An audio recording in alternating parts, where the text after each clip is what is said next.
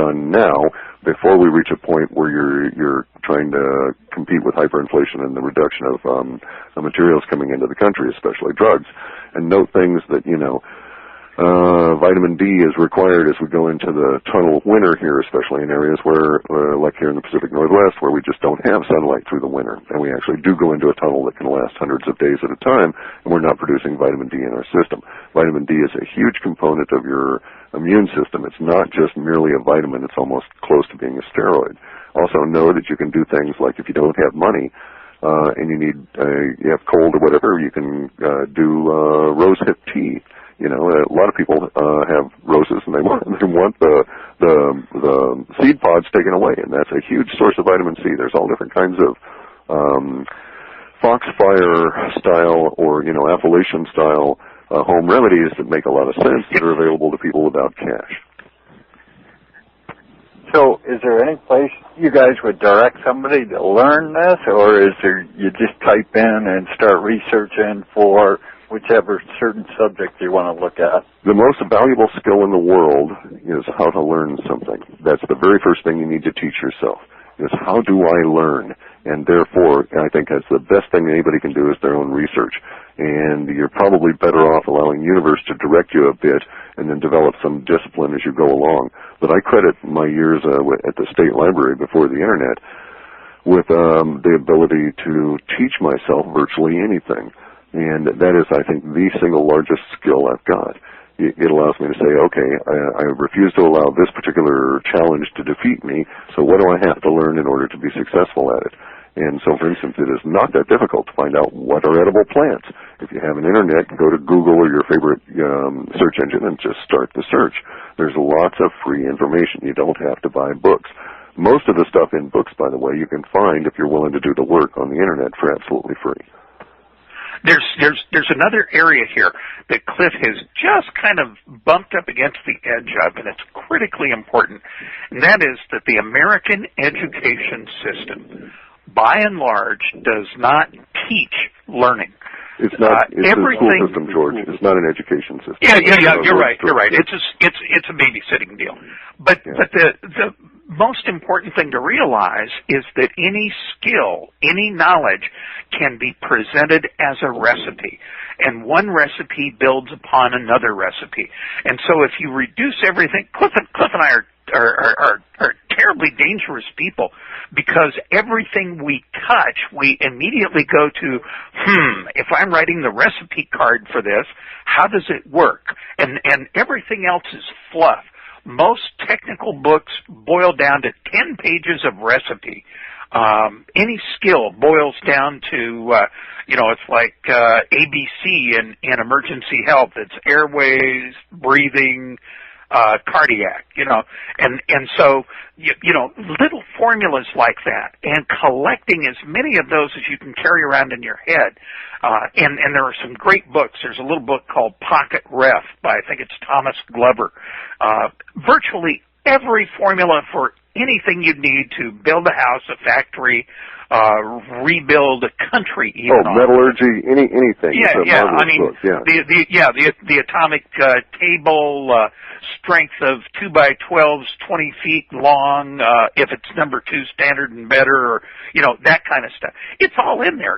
Capacitors, inductors, solid what state the markings on the top of the bolts mean. Strength of materials relative to that. Once you know that, then everything is the world is your oyster, as they say. And once you know, as George says, how to educate yourself, boy, any task, there you go. And that's something that the school systems do not let people empower themselves to collect recipes and become independent experts on anything they want. My faculty advisor, when I was doing my master's at a small school in California, a distance learning program, said, my goodness, you're doing well. You've got a 4.0. How are you able to do this? And hold down a job and work 60 hours a week on top of it. I said, it's really simple. All of these complex books boil down to a simple recipe and a lot of dressing on the side.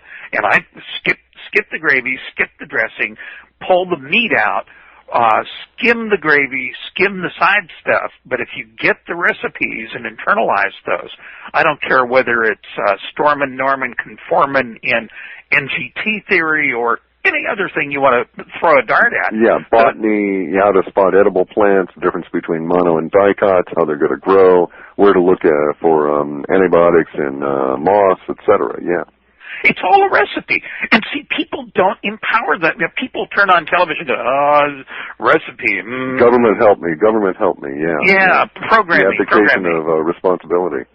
And yet, Clif and I both watch TV. What's the guy, Grill, who does that Survival Man? Is it Beau Grill? yeah, but I evidently watch pie shows, so I've gotten stuck into those, but yeah. Yeah, but I mean, how many people actually watch those kinds of things? Even Junkyard Wars, where people go out and forage for solutions. That, to me, is worthwhile television. Watching a celebrity dancing show. Yeah. Sorry, hey, I'm 61, I'm happily married, ain't a lot of ballroom dancing in the middle of the Texas Outback, so you know what? Junkyard, on the other hand... Not really pertinent to George's life. Yeah, you just see him out there with those goats. Okay, all together now. Well, but on the other hand, animal husbandry. You have to actually read a few books, but when you go through, like, how to raise goats, there's little telltales, like, is the goat's tail standing up? Yes? Goat may be healthy. Goat tail down? Lift tail, see what's going on with a goat. There's all those kinds of things that I don't know, Bruce, what was the last thing you learned? I'm not to put you on the spot, but if I said, what's the most recent recipe that you picked up, dude? Learning how to make DVDs on a computer. Okay, good recipe. But now it gets hard. What's the last recipe you picked up that doesn't require electricity? Oh, I have quite a few. You probably remember me. My old website was Buckshot's Camp. Yeah, I'm right. See, you've got most of the skills, but how many of your listeners, if you put them out in the woods and said, "Here's a hatchet, you've got 10 minutes, make a latrine"?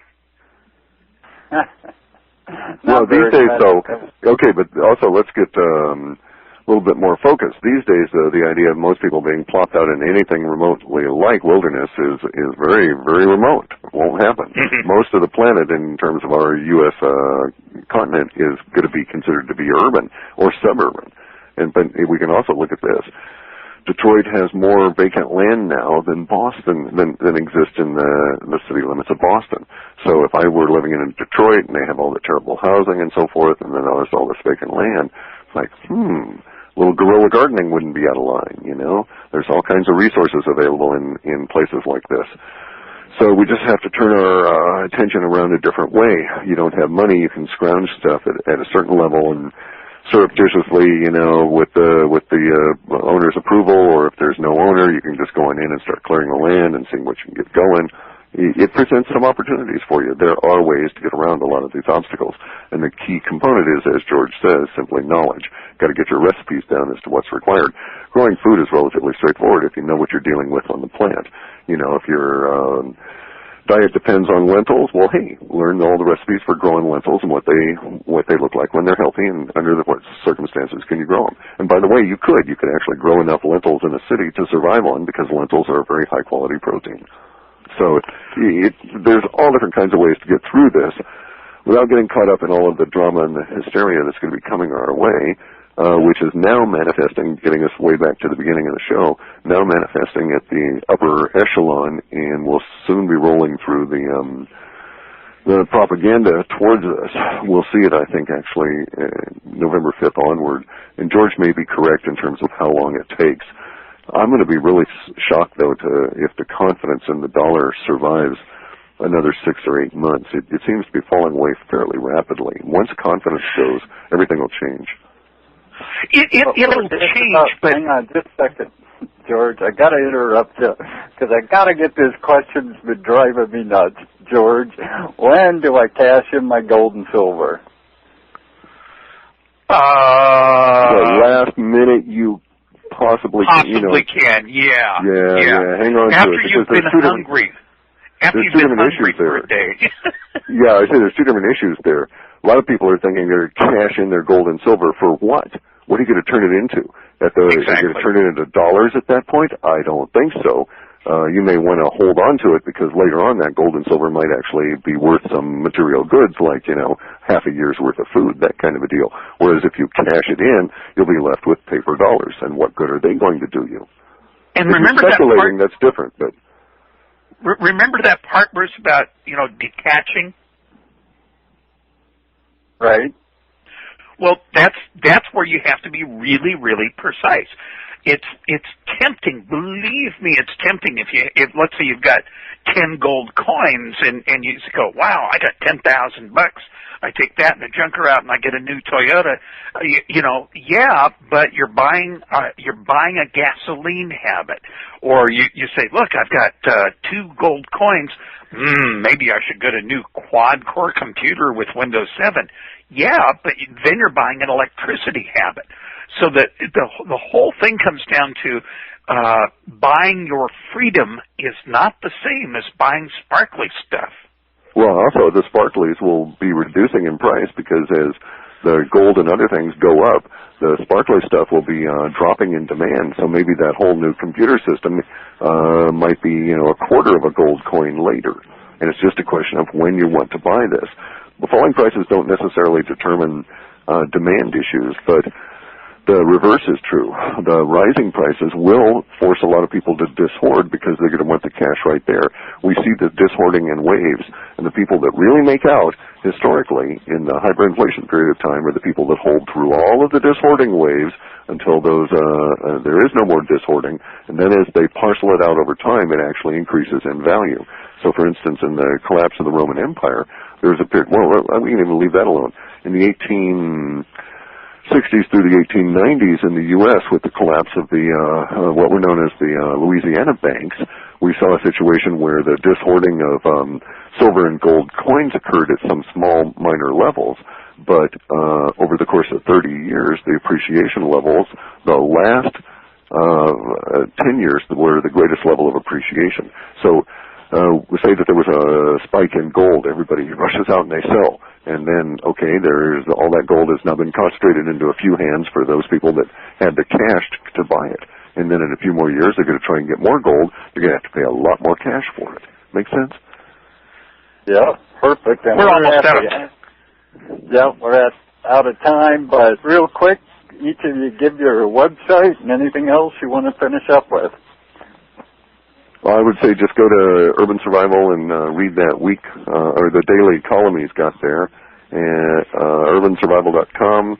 And for Half Past Human, you can check back in December. We should have our new report out.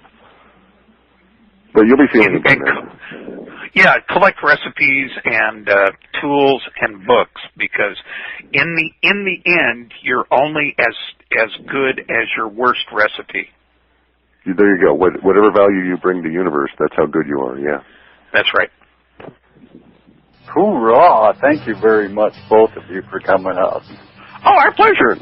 Yeah, it was a lot of fun. You guys are a lot of fun. Yeah, right. Yeah. Well, thanks a lot, guys. I'm going to go and get some juice here and get the kinks out. Yeah, and we only have 1,148 days to worry. There you go. Well, that's militiaradio.com signing off for the night. Stay tuned. We have programming up next.